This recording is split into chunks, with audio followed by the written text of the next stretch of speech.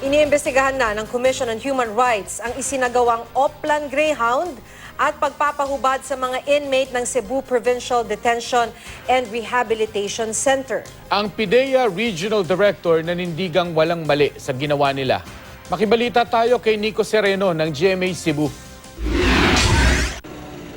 Bit-bit ang mission order, pumunta ng Cebu Provincial Detention and Rehabilitation Center o CPDRC ang investigators ng Commission on Human Rights.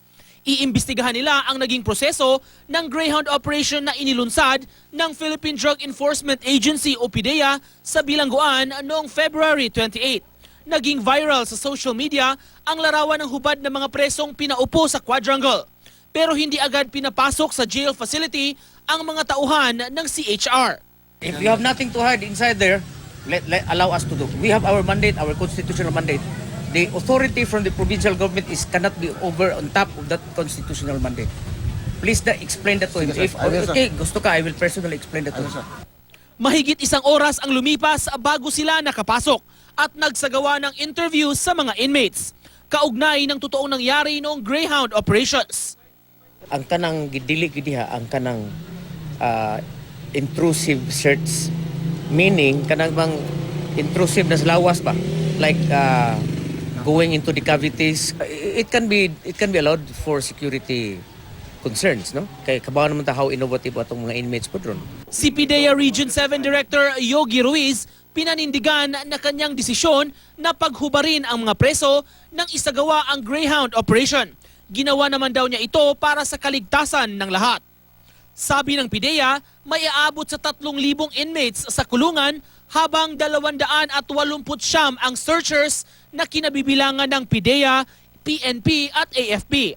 Giit ng PIDEA, walang inabusong inmate. Nakahiwalay at hindi rin naman daw nila pinaghubad ang mga babaeng inmate.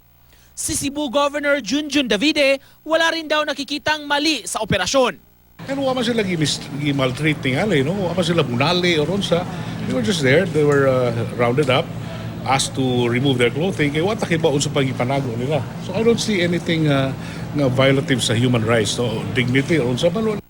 Wala rin daw nakikitang mali si Chief Presidential Legal Officer Attorney Salvador Panelo. Pero dapat ay hindi raw inilabas ang litrato ng mga nakahubad na bilanggo. Nag-alala naman si Vice President Leni Robredo sa nangyari at tutol daw sa ginawa ng PIDEA. Maraming paraan para ma-achieve yung gusto nilang ma-achieve kung naghahanap ng mga illegal na gamit, naghahanap ng droga. Maraming paraan para gawin ito na hindi ipapahamak, hindi ipapahiya yung mga inmates natin sa Cebu City Jail. Kaya sana hindi na ito maulit muli. Sabi naman ni Cebu Archbishop Jose Palma na kahit bilanggo, dapat respetuhin ang karapatan nila.